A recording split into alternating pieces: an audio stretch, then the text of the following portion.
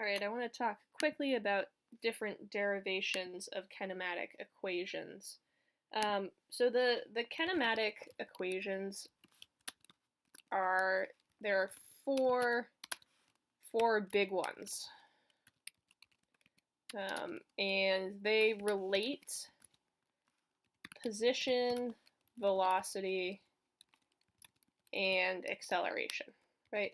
So this is sort of the capstone of kinematics, where you talk about, how do we solve for position if we're given acceleration and velocity and all that sort of stuff. So there are four big equations that relate position, velocity, and acceleration. And we're going to work through these slowly and try to determine, how do we come up with these equations and what do they mean. So the first kinematic equation is actually relatively straightforward. It is directly from this equation that we've seen before: acceleration equals change in velocity over change in time. And here we manipulate the first big kinematic equation, manipulates this equation to solve for final velocity, right? So if we break down this equation for acceleration, we can say that acceleration equals the final velocity minus the initial velocity divided by delta t.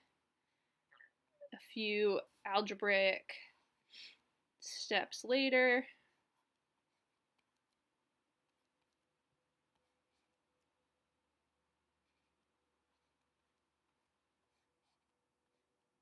we end up with our first kinematic equation that says the final velocity of an object is equal to that velocity's initial, or that object's initial velocity plus acceleration times time. And this should make intuitive sense, right? Acceleration, right, the rate at which velocity is changing, is a rate, obviously, and acceleration times the amount of time that that object is accelerating should give you the change in velocity, right? And if you add that change in velocity to however fast that object was traveling before it started to accelerate, you should end up with its final velocity at the end of that time. So go ahead and write this down. Definitely a good equation to know. It's one of our big four, so it is going to be important for us, but pretty easy to get to it from this initial equation, right? Which is just the definition of acceleration, that acceleration is equal to the change in velocity over the change in time. All right, so that's our first big kinematic equation. Next, I want to look at the second big kinematic equation. Okay, this one, I'm going to go ahead and write it out first and then tell you how we got there. All right, this kinematic equation relates displacement, okay, to both velocity and time, right? So this equation claims that velocity equals, or displacement, sorry, equals the initial velocity, or v naught. We've been using vi, but a lot of your textbooks are going to use v naught, times time, so the change in time, plus 1/2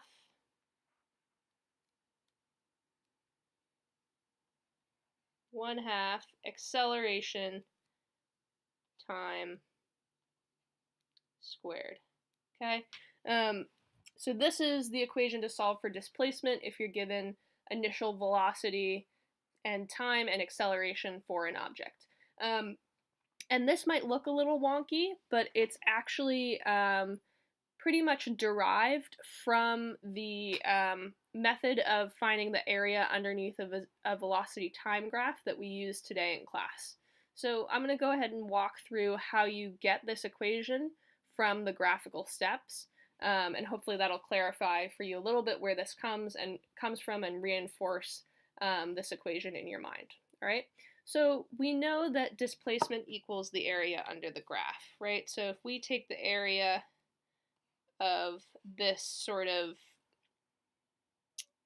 four-sided shape here, that's going to equal the displacement in meters for this object from this time interval, right? So from the origin to this pink line, that is our delta t, right? That's not what I wanted to do.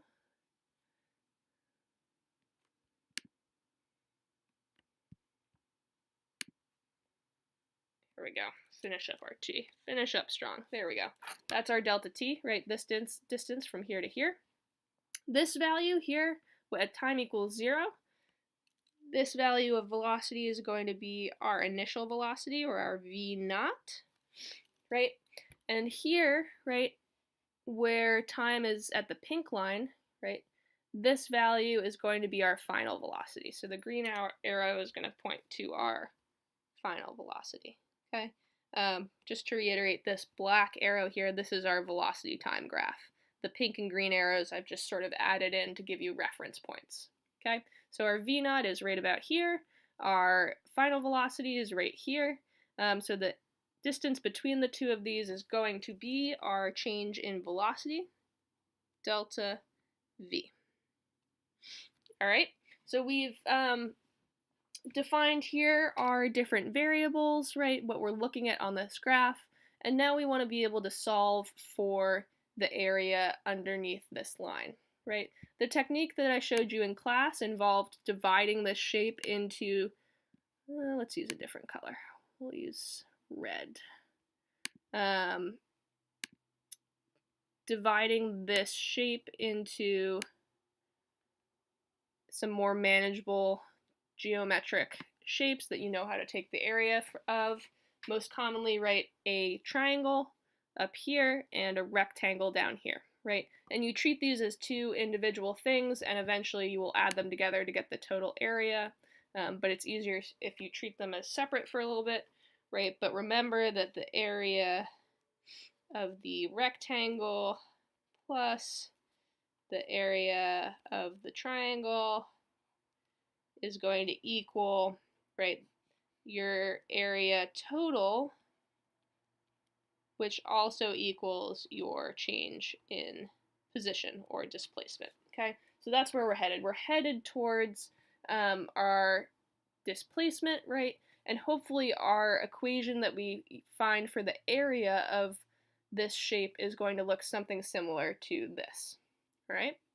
So let's start with the rectangle first, right? The area of a rectangle is base times height. In this case, the base of this rectangle is delta t, and the height is our v naught.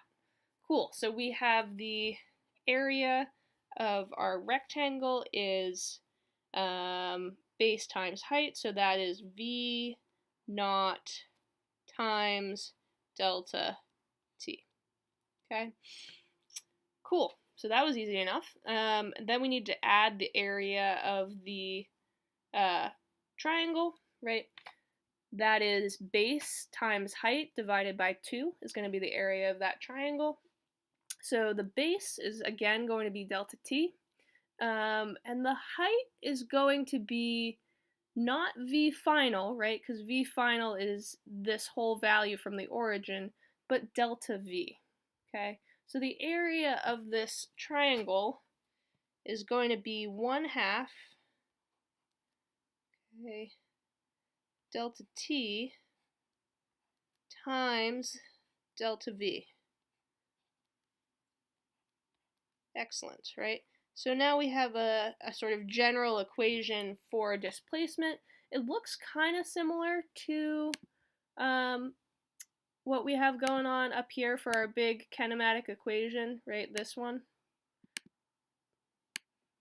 right? But with a few differences. So let's see. So we've got this one spot on, right? This figure here, right, is replicated down here, right? But it's a little different. This does not necessarily look like this value, right? They don't exactly match up. Although there is a way we can make them equivalent, right? We need to sub out this delta V, right? And remember,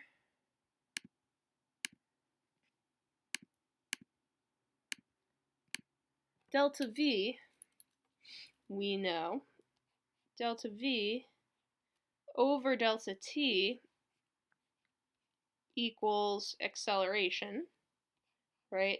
In other words, delta V equals acceleration times time, right? So we can go ahead and plug in this value for delta V, right? In which case, our new equation would be change in position equals, again, V initial times delta T, we're just going to call it T, right? Plus, again, 1/2 T. Now instead of delta V, right, we're going to sub in acceleration.